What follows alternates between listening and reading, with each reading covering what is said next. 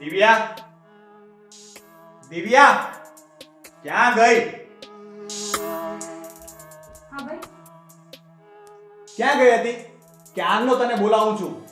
કાનમાં રૂ નાખીને બેઠી હતી કે શું? ભાઈ અંદર કામ જ કરતી હતી. કઈ કામ હતું? હા, મેં નક્કી કર્યું છે કે હવે તું લગ્ન કરી લે અને તારા માટે અમે એક છોકરો પણ ગોતી રાખ્યો છે. ભાઈ હજી તો મારે સ્ટડી પણ બાકી છે. મારે ડિગ્રી લેવાની પણ બાકી છે અને મારે હમણાં લગ્ન નથી કરવા. જો દિવ્યા, તારા મા બાપ તો મરી ગયા.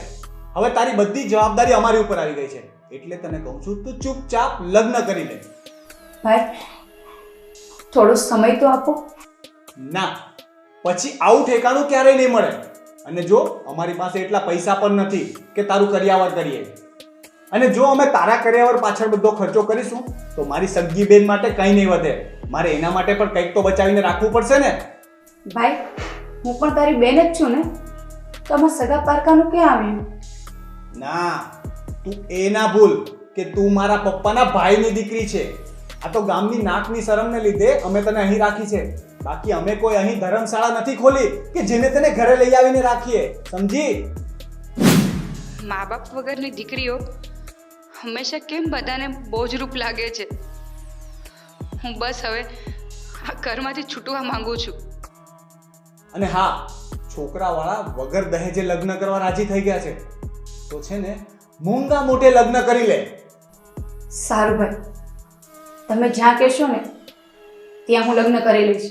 અને એક વાત સાંભળી લે, તારો આ રોતલો ચહેરો લઈને સામે ન આવતી. તું દુનિયાને શું બતાવવા માંગે છે કે અમે લોકો તને દુખી કરીએ છીએ એમ? ના ભાઈ, હું નહીં રડું. તારા માટે એ જ સારું છે. હવે જા, તારું કામ કર. હા ભાઈ.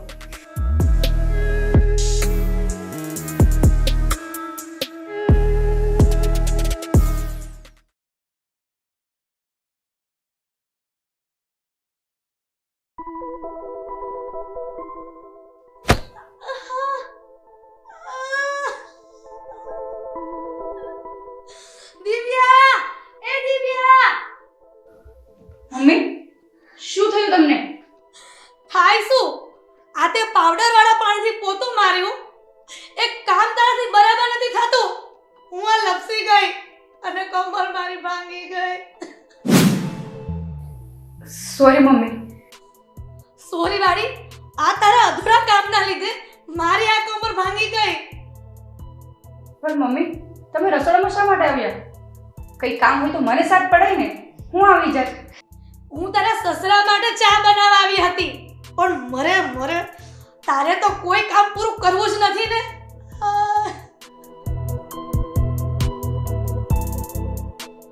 મમ્મી वो વાગ્યું તો નથી ને? ચલો ઉભા થઈ જાઓ. ચાલ જા, દૂર હટ. મારે તારી કોઈ સેવાની જરૂર નથી. સોરી મમ્મી, હવે બીજી વાર આવું ભૂલ નહીં થાય. આ જલ્દી હાથમાં કામ લો અને કઈ મરી નહીં જાવ. અને રસોડામાં તો જો કેવું ભર્યું છે. જલ્દી કામ કરો. મમ્મી મારાથી થાય એટલું બધું કામ તો હું કરું છું, તો પણ તમને સંતોષ નથી થતો. હું થાકી જાઉં છું. તારે આ ઘરમાં કામ જ શું હોય છે? અને કાન ખોલીને સાંભળી લે. તારા કાકાએ અહીં તને દહેજ આપીને નથી મોકલી, એટલે તારે ઘરના કામ તો કરવા જ પડશે. હા, તમને તો ઘરે બેઠા પગાર વગરની ફૂલ ટાઈમ નોકરાણી જો મળી ગઈ છે. શું મનમાં ચાલી રહ્યું છે? કાંઈ નહીં મમ્મી. ના, જે મનમાં હોય એ બોલી દે. આ મનમાં શું બબડે છે? હવે છાની મની કામ કર ને પેલા પોતું માર. ને બીજું કોઈ પડશે ને તું એને ટાંટિયા વગરના કરી દેશે. હા મમ્મી, કરું છું. જા હોય ને વચ્ચે જ હોય. આય મત કમર.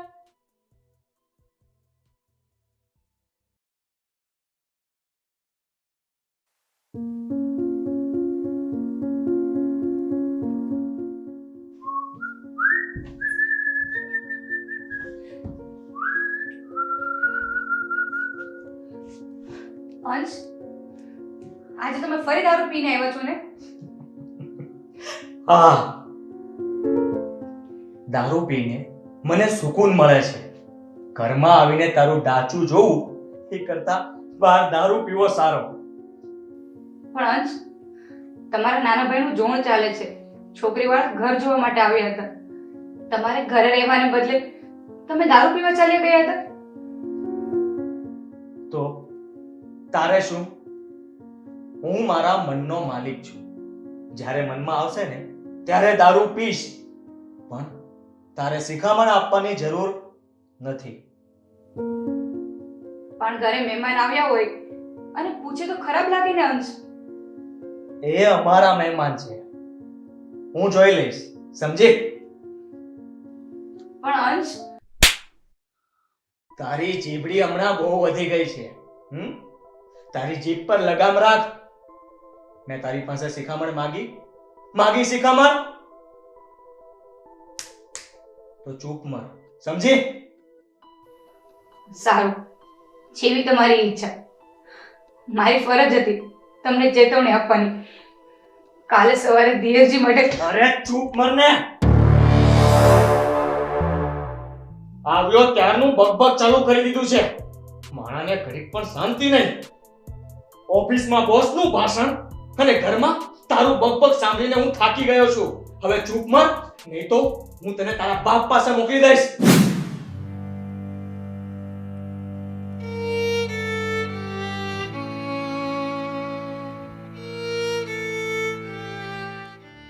કેવી એશ આરામની જિંદગી જીવતી અને અત્યારે કેવી હાલત થઈ ગઈ છે મારી. કાશ કે મારા મમ્મી પપ્પાની વાત ત્યારે માની લીધી હોત. આમ તો રાંડિયા પછી ડાપણ શું કામનું. હવે પછતાવા સિવાય બીજું કાંઈ નથી.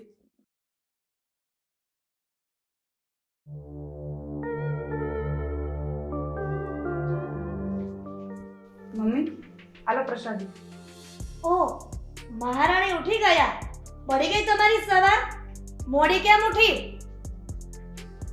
મમ્મી, કાલે રાત્રે નીંદર મોડી આવી હતી ને એટલે ઉઠવામાં મોડું થઈ ગયું. તો શું થયું? ઘરના કામ કરવામાં મોડું ન ચાલે. વહુ થઈને મોડા સુધી સૂતા રહેશો તો આ ગામ શું વાતો કરશે? સોરી મમ્મી, તમે બેસો, હમણાં તમારા માટે ફટાફટ ચા બનાવી લાવું છું. મારે ચા નથી પીવી. ભગવાને મને હાથ આપ્યા છે. જો મારે ચા પીવી હશે ને તો હું મારી જાતે બનાવીને પી લઈશ. મમ્મી, હું ઓફિસ જાઉં છું. શું આમ મારી સામે મોઢું ફાડીને જોવે છે? તને કઈ અલગથી આમંત્રણ આપવું પડશે? જા, મારું ટિફિન લઈ આવ. દીકરા, એ શું તને ટિફિન આપતી હતી? મહારાણી હજુ ઉઠ્યા જ છે. વાહ, વહેલા ઉઠીને એક ટિફિન પણ નથી બનાવી શકતી. તને શું અહીંયા મામેરામાં મૂકવા માટે લાવ્યા છીએ? ચાલી જા તારા બાપના ઘરે. બાપ હોય તો જાય ને ત્યાં. ઓ હા, એ તો હું ભૂલી જ ગયો. એ તો એના કાકાના ઘરે હતી. એને ત્યાં નડતી હતી એટલે આ બોજો મારા માથે નાખી દીધો. દીકરા, આજે તું કેન્ટીનમાં જ ખાઈ લેજે. પત્ની હોવા છતાં પણ મારા દીકરાને બિચારાને કેન્ટીનમાં ખાવું પડશે. ડૂબી મ શરમથી. જો તારો ઘરવાળો ટિફિન વગરનો જાય છે. સારું મમ્મી, હું ઓફિસ જાઉં. આજનો દિવસ જ ખરાબ છે. ઉઠતા વેઠ આ ચાપલીના દર્શન થયા.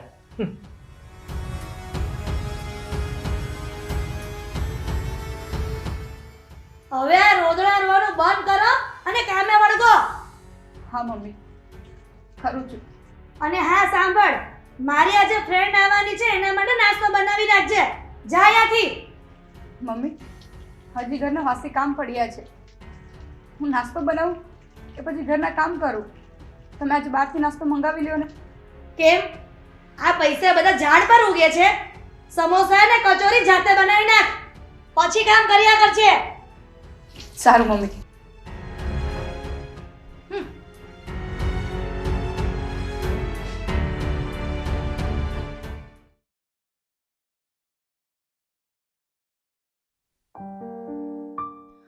મારા મનની વાત હું કોને જઈને કહું?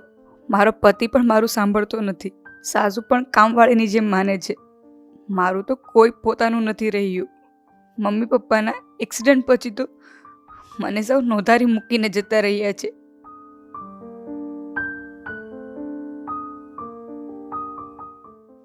હા, મને પપ્પાએ એક વાત શીખવાડી છે કે જિંદગીમાં ક્યારેય હારવું નહીં.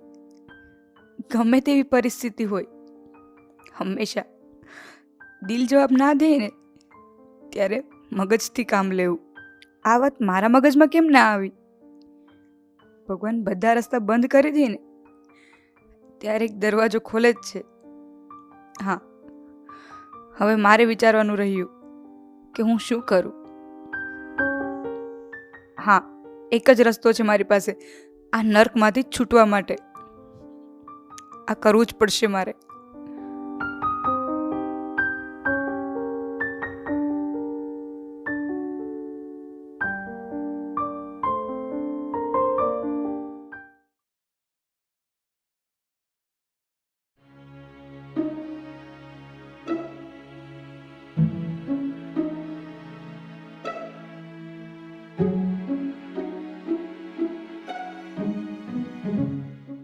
અરે ભરત કાકા, તમે?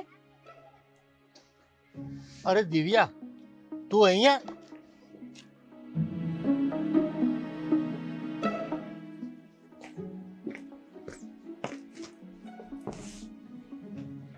આવ બેટા, બેસ. હવે વાત કર, અત્યાર સુધી તું ક્યાં હતી? મેં તને કેટલી ગોતી પણ તું ક્યાંય મળી જ નહીં.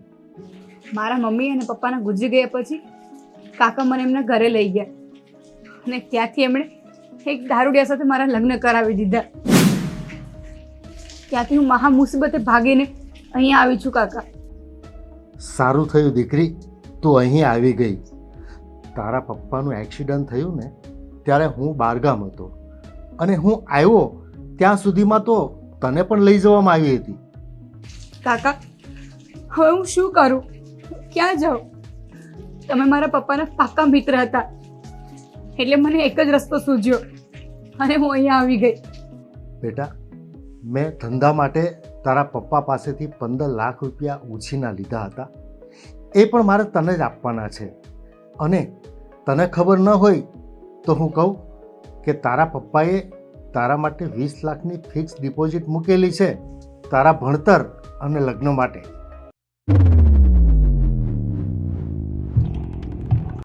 શું થયું દીકરી? તું કેમ રડે છે? મારા મમ્મી અને પપ્પાને મારી કેટલી ચિંતા હતી. એ જતા જતા પણ મારું વિચારતા ગયા. હું જ ના સમજી શકી એમને. કેમ? શું થયું? કાકા, પહેલા હું ભણવામાં ધ્યાન નહોતી આપતી, ઘરના કામ પણ નહોતી કરતી, બસ આખો દિવસ ફોન લઈને બેસી રહેતી. ત્યારે મમ્મી ને પપ્પા બહુ સમજાવતા કે ઘરના કામ કર, કાલે સવારે સાસરું કેવું મળે કોને ખબર, અને ભણવામાં પણ ધ્યાન આપ. જો ડિગ્રી હાથમાં હશે ને તો કામ લાગશે. હા દીકરી, આપણે ભવિષ્ય સારું બનાવવું હોય ને તો વર્તમાન સારું બનાવવું પડે છે. તે જો કોલેજ પૂરી કરી અને ડિગ્રી મેળવી લીધી હોત અને તારા પગભર ઉપર થઈ ગઈ હોત તો કોઈ પતિની કે સાસુની મજાલ નથી કે તને નોકરની જેમ કામ કરાવી શકે. અંકલ, હવે હું શું કરું? મારા પગભર થવા માંગુ છું. હું મારી લાઈફ મારી જાતે બનાવવા માંગુ છું. દીકરી, હવે જૂનું બધું ભૂલી જા અને તારા ભવિષ્યનું વિચાર. તારા કોલેજના માસ્ટર ડિગ્રીના 2 વર્ષ પૂરા કર અને કોલેજનો જે કંઈ ખર્ચો આવશે ને એ હું આપીશ. બેટા, હવે તું મને તારો બાપ જ સમજજે અને ડિગ્રીના 2 વર્ષ તું પૂરા કરી લે, પછી હું તારી જોબ માટે પણ વાત કરી રાખીશ. થેન્ક યુ કાકા. આવા સમયે મારા પપ્પાના સગા ભાઈ કામ ના આવે ત્યારે તમે મદદ કરો છો. સગા કાકાએ તો મોઢું ફેરવી લીધું. એને આ મા બાપ વગરની દીકરી બોજારૂપ લાગતી. અને તમે? મારી દીકરી નથી અને તારા રૂપમાં મને દીકરી મળી ગઈ. અને રહી વાત મદદની, તો તારા પપ્પાએ મને જ્યારે મારો ધંધો નુકસાનમાં ચાલતો હતો ને ત્યારે બહુ જ મદદ કરી હતી. બેટા, હું અત્યારે જે કાંઈ છું ને એ તારા પપ્પાના હિસાબે છું.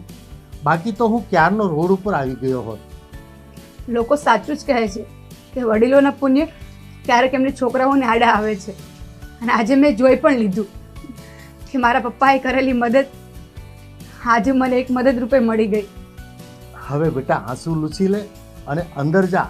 તારી કાકી ઘરમાં જ છે, એને મળી લે. એ પણ ચિંતા કરતી હતી કે ક્યાં ગઈ હશે દિવ્યા. જા બેટા અંદર જા. સારું કાકા.